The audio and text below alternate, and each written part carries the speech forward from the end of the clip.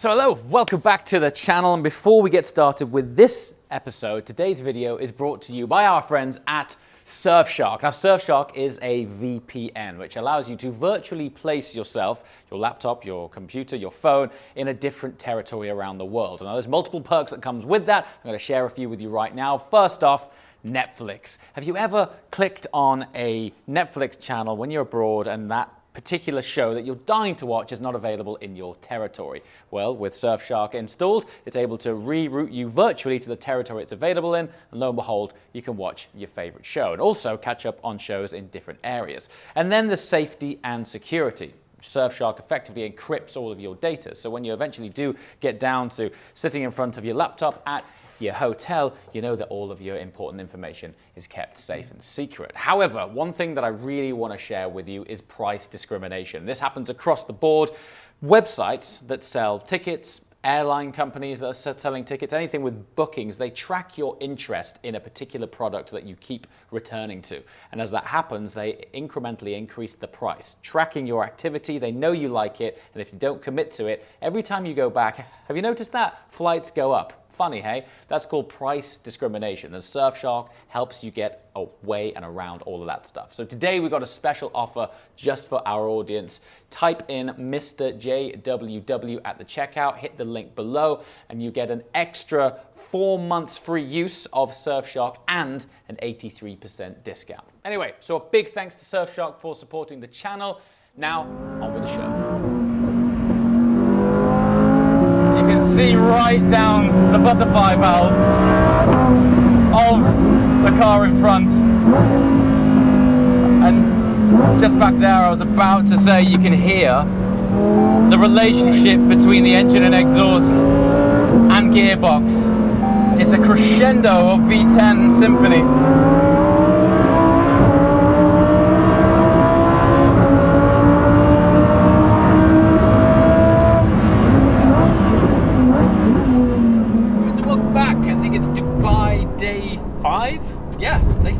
Crikey, honestly, the amount of stuff we cram in here is quite remarkable.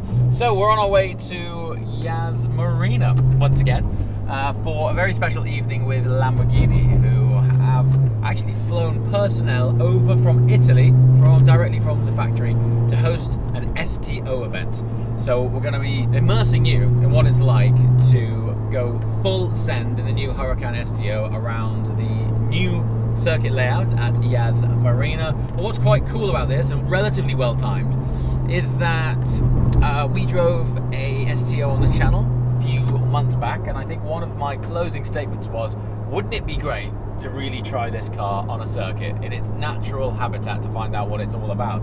Little did I expect that it would be on a hot, sticky asphalt of a international Formula One Grand Prix circuit. So it's going to be a very special evening, and as always, we're taking you along for the ride.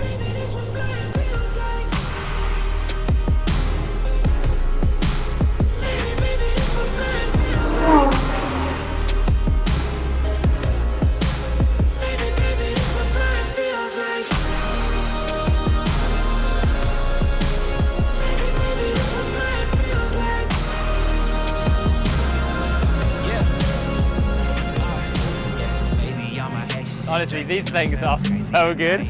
So it's funny, even though these kind of are about lap times, for me, it's way more about the good times in these than the lap times, despite that they're like crazy fast. Come and listen to this. Join me here. So these are effectively derived and have taken a lot of learnings from their GT3 Evo endurance race cars and blank pan cars and things like that, of which Lamborghini and endurance racing have been super successful. So when you hear them go down the start-finish straight here, they sound like a blank pan car. They sound like a GT3 Evo, which is unbelievable. I know you get crazy speed from turbocharged cars, but listen to this thing. Let's go up here. You could hear them from miles out. It's funny. You can hear one group over the other side of the track, and this group here. Listen to this.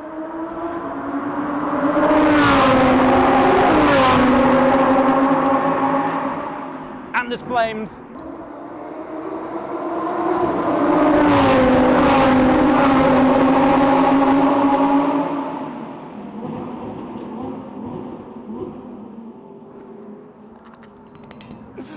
so good.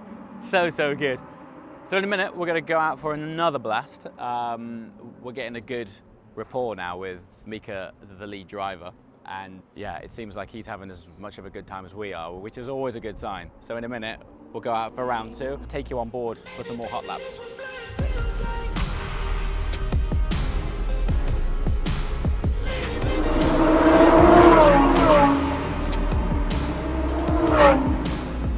Okay, so here we are in the Huracan STO on Yas Marina circuit.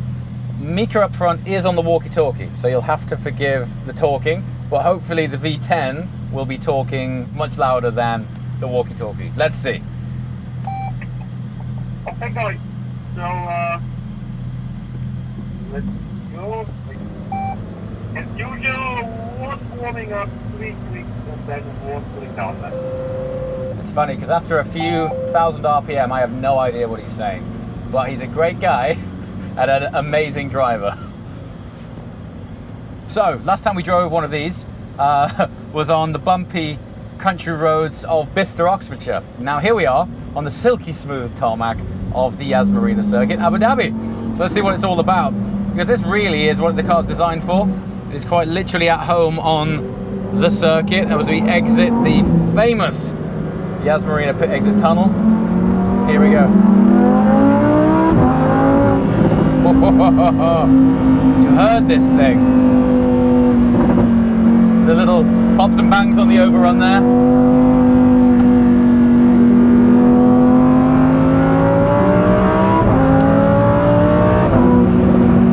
Okay, so first of all, while we're getting the car warmed up, the sound. I mean, listen to this. And honestly, oh, good lord, the relationship.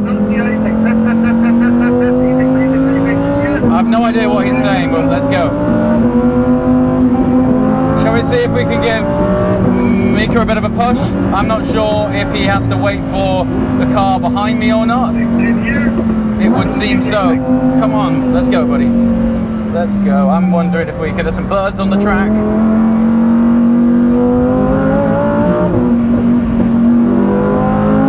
You can see right down the butterfly valves of the car in front. And just back there, I was about to say you can hear the relationship between the engine and exhaust and gearbox. It's a crescendo of V10 symphony.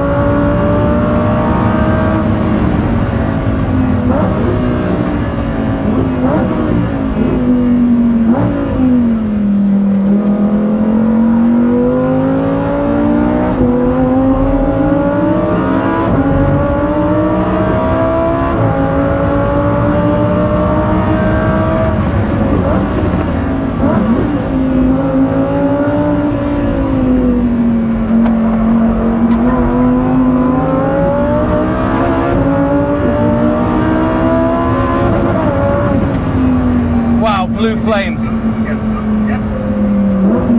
flying out of the exhaust of Mika's car in front here.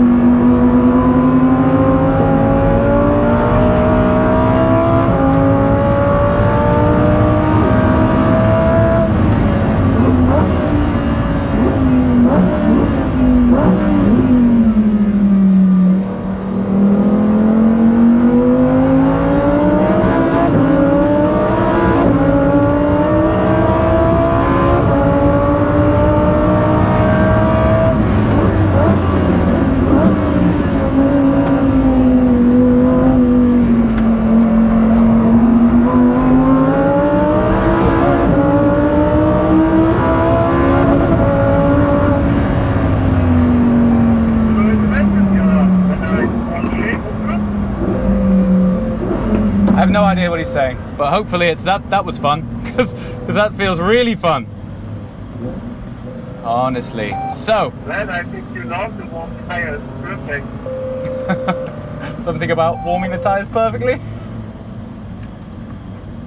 Looks like we're off again. Off we go again! 9,000 RPM from a V10 is something to behold. Woohoo!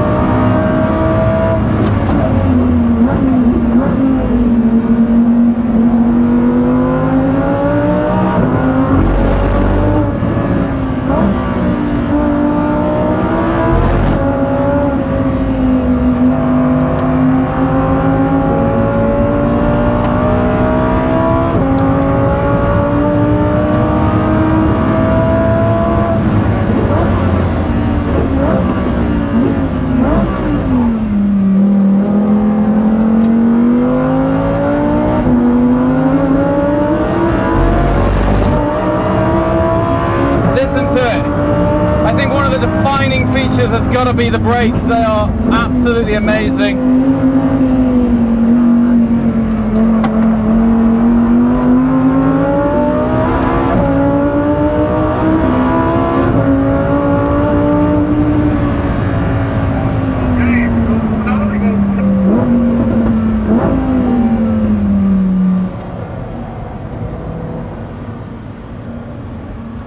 Okay, now we've managed to get some speed. This thing clicks. It's totally, and if you follow the channel quite often, you might be familiar with me drawing this analogy with track focus cars, in that they're like a jet ski. Now bear with me. What I mean by that is, when you take a jet ski out, until it finds its plane, until it's got some speed in it, it really comes into its own when you get some speed into it. Honestly, the aero begins to work. 420 kilograms of downforce available.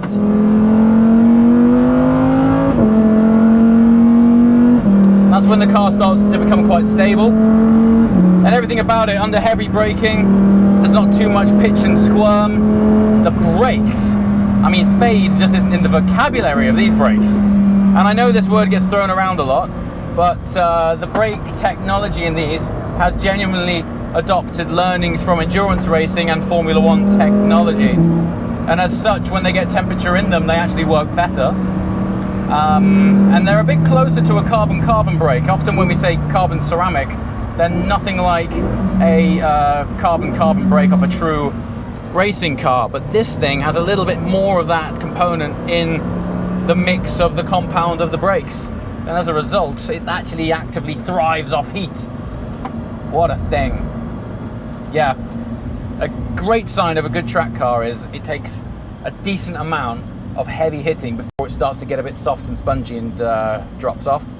This thing just operates at speed and it loves it. Yeah, and the brakes, man, you can lean on the brakes. Yeah, they are strong. Brakes are awesome. Yeah, it's a super thing. No, dude, it's great following you, man. Honestly, it's really cool. It's really cool. Thanks. Well done, eh? That's good fun, man. Honestly, pushing hard, yeah, man. Yeah, we're going well, man. Happy with that. I'm really happy with that. Well done.